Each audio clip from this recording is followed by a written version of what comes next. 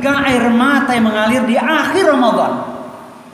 Pertama, air mata memilukan, disebut air mata kerugian, air mata penyesalan. Bagi siapakah? Bagi orang yang mengaku dirinya muslim, sehat walafiat, tidak ada uzur tapi tidak puasa, bahkan melakukan perbuatan maksiat dan dosa. Padahal ancamannya sangat berat. Janji Rasul sudah disebutkan di dalam banyak hadis, setidaknya hadis yang populer ini sering didengar. Ramadan, bulan di mana pintu surga dibuka, pintu neraka ditutup, setan dibelenggu. Waktu, kesempatan, dimanapun berada, ada orang-orang yang ingin mendapatkan anugerah yang besar di bulan Ramadan. Maka rugi kalau tidak dimanfaatkan. Tapi bagi orang yang ini tidak dia lakukan, bahkan bermaksiat, maka dia akan mendapatkan azab. Na'udzubillah min dzalik. Ini air mata yang pertama. Yang kedua, ada air mata kerugian, sedih. Kenapa? Dia berpuasa juga di bulan Ramadan, tetapi melakukan hal-hal yang tidak sepatutnya dia lakukan, alias gugur pahalanya. Dia cuman menyelesaikan kewajiban puasanya. Kita jangan sampai mengalami dua hal ini. Air mata penyesalan karena tidak berpuasa, pasti kita tidak termasuk di dalamnya. Nah, yang kedua, harus hati-hati jangan sampai kita termasuk. Puasa gugur pahalanya. Padahal momentum di bulan Ramadan sangat luas terbentang. Asyamu li wa ana ajzi bihi. Puasa itu untukku, maka aku yang akan mengganjarnya, kata Allah dalam diskusi riwayat Al-Bukhari. Puasa itu untukku, aku yang akan mengganjarnya. Maka pahala yang begitu luas terbentang. Masya Allah. Maka kalau tidak dimanfaatkan, sungguh rugi sekali. Ini yang kedua. Yang ketiga, impian kita semua, termasuk orang yang mengalirkan air mata kebahagiaan karena mampu menuntaskan puasa Ramadan dengan baik dan benar, mendapat gelar la'alakum tattaqun, gelar yang sangat tinggi, yang paling dimuliakan oleh Allah Subhanahu wa taala. Inna akramakum indallahi atqakum. Sesungguhnya yang paling mulia di sisi Allah di antara kalian adalah orang yang paling bertakwa. Sebab orang yang takwa pasti bahagia di dunia, bahagia pula di akhirat. Di dunia dia bahagia karena Allah Subhanahu wa taala akan memberikan solusi dari persoalan yang dia hadapi, alias jalan keluar. Wa may yattaqillaha yaj'al lahu makhraja wa yarzuqhu min haitsu la yahtasib. Siapa orangnya yang berpuasa di bulan Ramadan, benar-benar dia melakukan ketakwaan, apa kata Allah?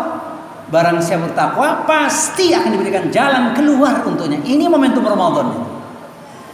Jalan keluar, solusi dari persoalan yang dihadapi. Kemudian puncaknya adalah mendapatkan warisan terindah di surga kelak. Tilkal jannatul lati nuritsu min ibadina man kana taqiyya. Dan surga itu hanya kami wariskan bagi orang-orang yang selalu bertakwa. Kuncinya puasanya harus sukses, harus najih. Maka kita mesti punya moto tahun ini. Masih perjalanannya cukup panjang menyelesaikan saum Ramadan ini. Yang lalu biarlah berlalu, mari kita perbaiki mulai malam hari ini. Moto kita sederhana. Jadikan Ramadan tahun ini sebagai Ramadan bersemi. Bersemi, berpuasa sepenuh hati mengharap ridho ilahi. Bersemi, berpuasa sepenuh hati mengharap ridho ilahi. Semoga kita termasuk di dalamnya. Amin ya rabbal alamin. Bagaimanakah berpuasa sepenuh hati mengharap ridho ilahi? Tentunya sudah kita awali dengan istidadul jismi, persiapan fisik. Alhamdulillah sehat walafiat. Terapi dilakukan dan seterusnya. Juga berdoa. Bahkan berdoa sejak bulan apa? Sejak bulan Rajab sudah berdoa. Allahumma barik lana fi Rajab wa Sya'ban wa balikna Ramadan. Kita tinggal mengisi, alhamdulillah, dengan anugerah Allah kesehatan kita miliki. Yang kedua namanya istidadul ilmi, sudah punya persiapan ilmu, dibaca fiqhus siyam, apa rambu-rambunya berpuasa, apa yang membatalkan dan apa sunnah-sunnahnya. Alhamdulillah sudah. Kemudian istidadul ruhiyah, persiapan rohani, menyelesaikan urusan-urusan vertikal dan urusan horizontal. Vertikal kepada Allah, sungguh-sungguh bertobat kepadanya. Horizontal menyelesaikan urusan pada makhluk, kepada manusia. Di antaranya menyelesaikan tanggungan, mohon maaf kalau punya kesalahan, atau sebaliknya ketika orang-orang punya kesalahan kepada kita, kita maafkan. Dan istidadul mal, persiapan finansial. Karena kita sadar dan tahu betul di bulan Ramadan ada 3 hal yang mesti diperhatikan. Skala khusus namanya zakat yang 2,5% itu. Skala menengah namanya infak, apapun bentuknya boleh infak. Dan skala luas adalah sedekah, terbentang. Segala kebaikan nilainya adalah sedekah. Kulu amrin bil ma'ruf sedekah. Persiapan sudah kita lakukan itu. Mudah-mudahan sungguh-sungguh kita termasuk orang yang diberikan Allah kemudahan bisa menggapai, yaitu la'alakum tattaqun. Nah, pertanyaannya, sudah sepenuh hatikah kita menjamu tamu istimewa Ramadan ini? Ingat, ada hal-hal yang sudah biasa kita lakukan, baik dilanjutkan. Sederhana saja, sunnah-sunnah Rasulullah itu sebagai penguatnya, penambalnya. Terutama di bulan Ramadan memang Rasulullah mengajarkan kepada kita, selain berpuasa, menahan lapar dan dahaga, ingat ada satu kata kunci, jangan sampai puasa kita sia-sia. Rubba shaimin laisa lahu min siyami ilal ju' wal atos. Berapa banyak orang yang berpuasa cuma dapat lapar dan dahaga saja. Mengapa demikian? Karena tak mampu menahan panca inderanya, terutama tutur kata atau lidahnya. Padahal Allah sudah mengingatkan di Al-Quran pada surat Al-Baqarah, surat yang kedua, ayatnya nomor 83. Terang benderang itu, wa qulu linnasi husna, bertutur katalah yang baik kepada manusia. Tapi ini bulan Ramadan masih ada caci maki, ghibah dan seterusnya, maka tahan diri. Orang beriman rambu-rambunya sudah jelas itu.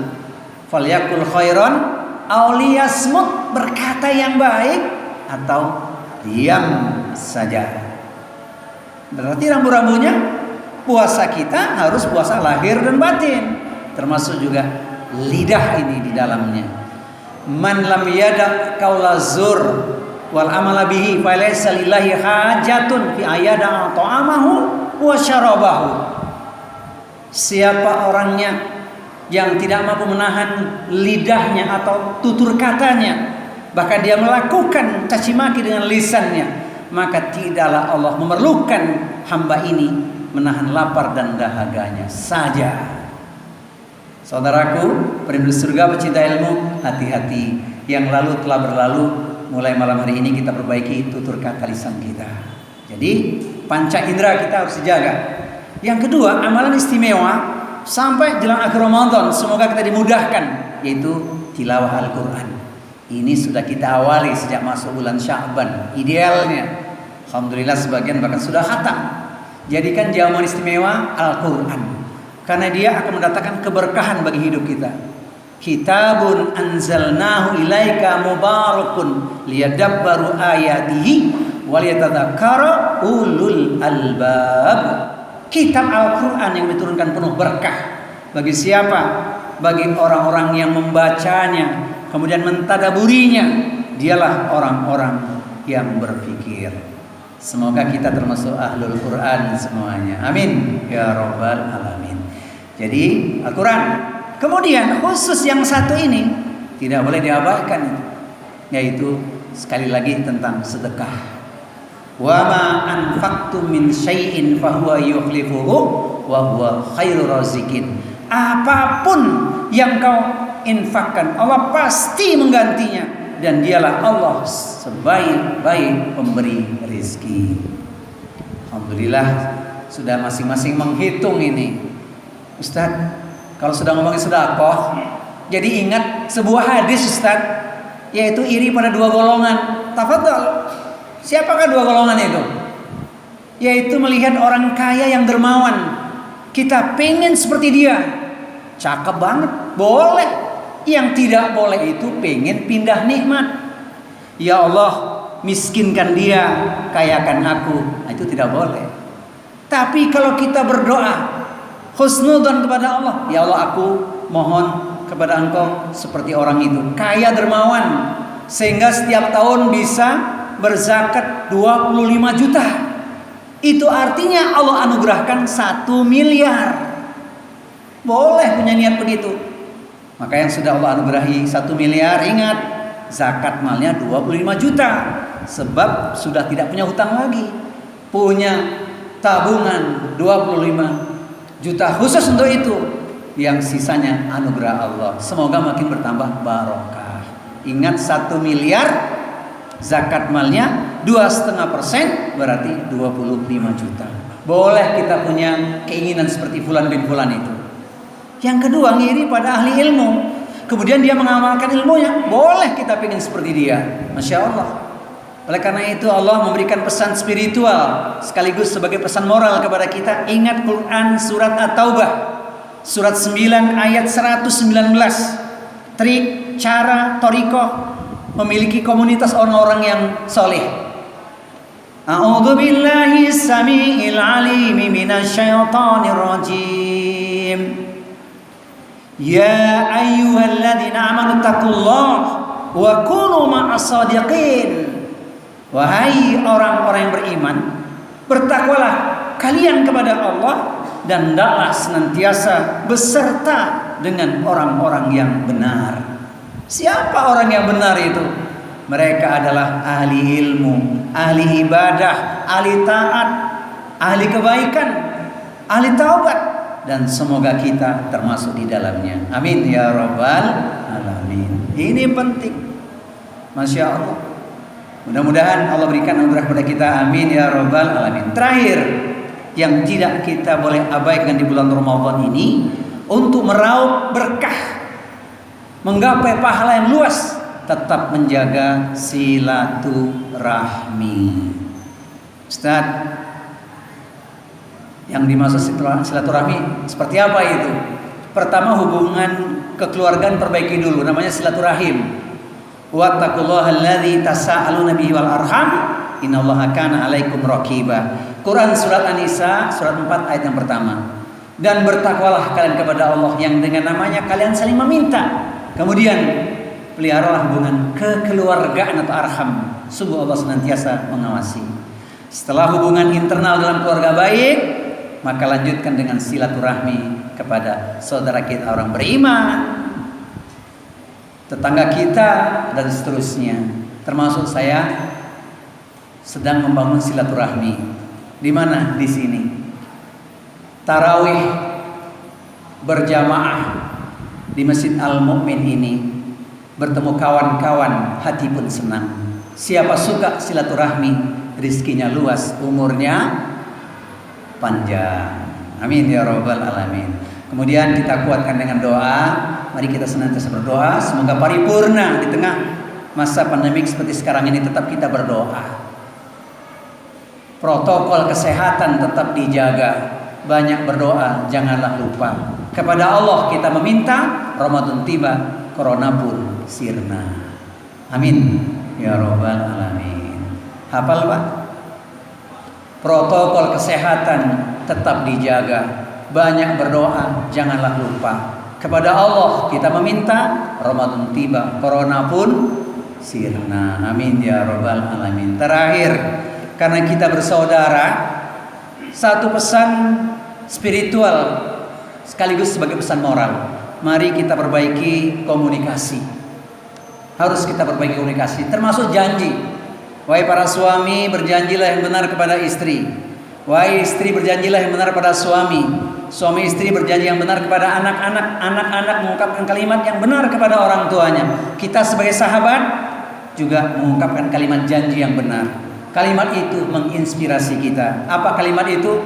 Wahai saudaraku semua, mari kita sehidup sesurga.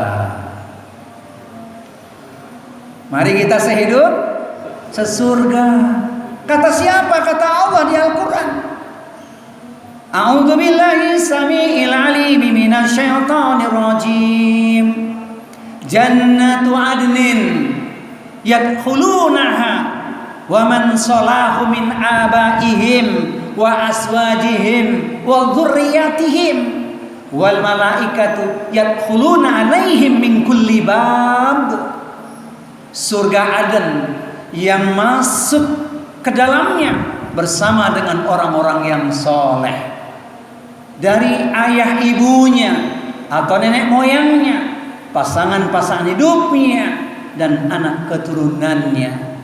Kemudian di setiap pintu malaikat mengucapkan kalimat yang menyenangkan hati, menenteramkan jiwa, kalimat cinta.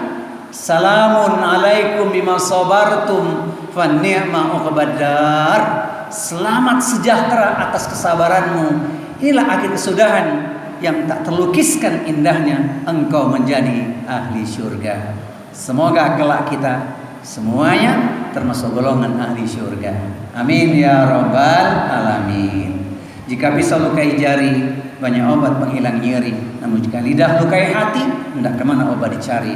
Hanya satu pintu lewat, silaturahmi. Sampai jumpa di Kultum 1 tahun lagi, insya Allah.